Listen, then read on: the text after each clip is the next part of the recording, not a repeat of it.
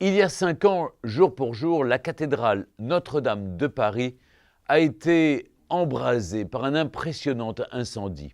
À cette occasion, je vais vous raconter l'histoire de la création de la cathédrale Notre-Dame de Paris.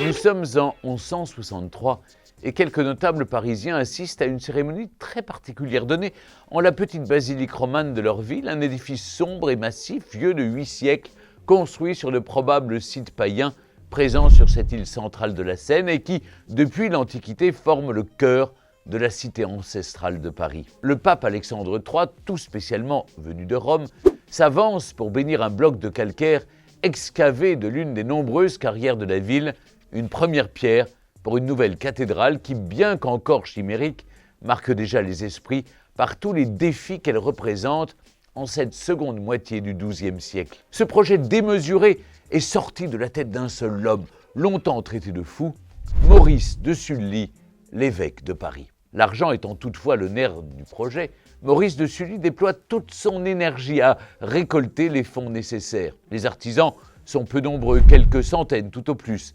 Triés sur le volet, ses compagnons représentent une élite professionnelle. Grâce à leur travail, d'année en année, le chœur de la cathédrale s'élève à grande vitesse. Pour la charpente, le maître d'œuvre a sélectionné 1300 chênes en périphérie de Paris.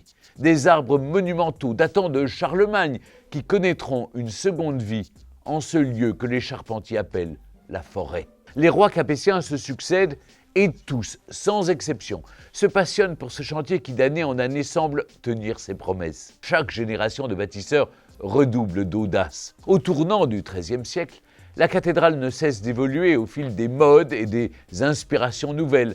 Mais c'est avec une invention toute particulière que la cathédrale s'inscrit plus que jamais dans la modernité. Je vous parle bien sûr de l'assemblage de vitraux de 13 mètres de diamètre qui, aussitôt installés, font grand bruit avant d'être copiés dans tout l'Occident. Toutefois, les maîtres verriers de Notre-Dame gardent secrète la recette du bleu qui orne leur création vitrée, un bleu obtenu grâce au cobalt. Chaque pièce vaut une petite fortune et il faut en appeler au trésor royal. C'est ainsi qu'en 1260, Saint-Louis offre à la cathédrale la rosace du transept sud. C'est aussi sous son règne que les tours sont sur le point d'être achevées. Notre-Dame de Paris est totalement terminée au XIVe siècle seulement. Puis le temps passe et ces pierres se patinent, mais pour en savoir plus sur l'histoire de Notre-Dame, je vous invite à écouter Historiquement Vôtre, disponible sur Europe 1 et sur toutes vos plateformes d'écoute.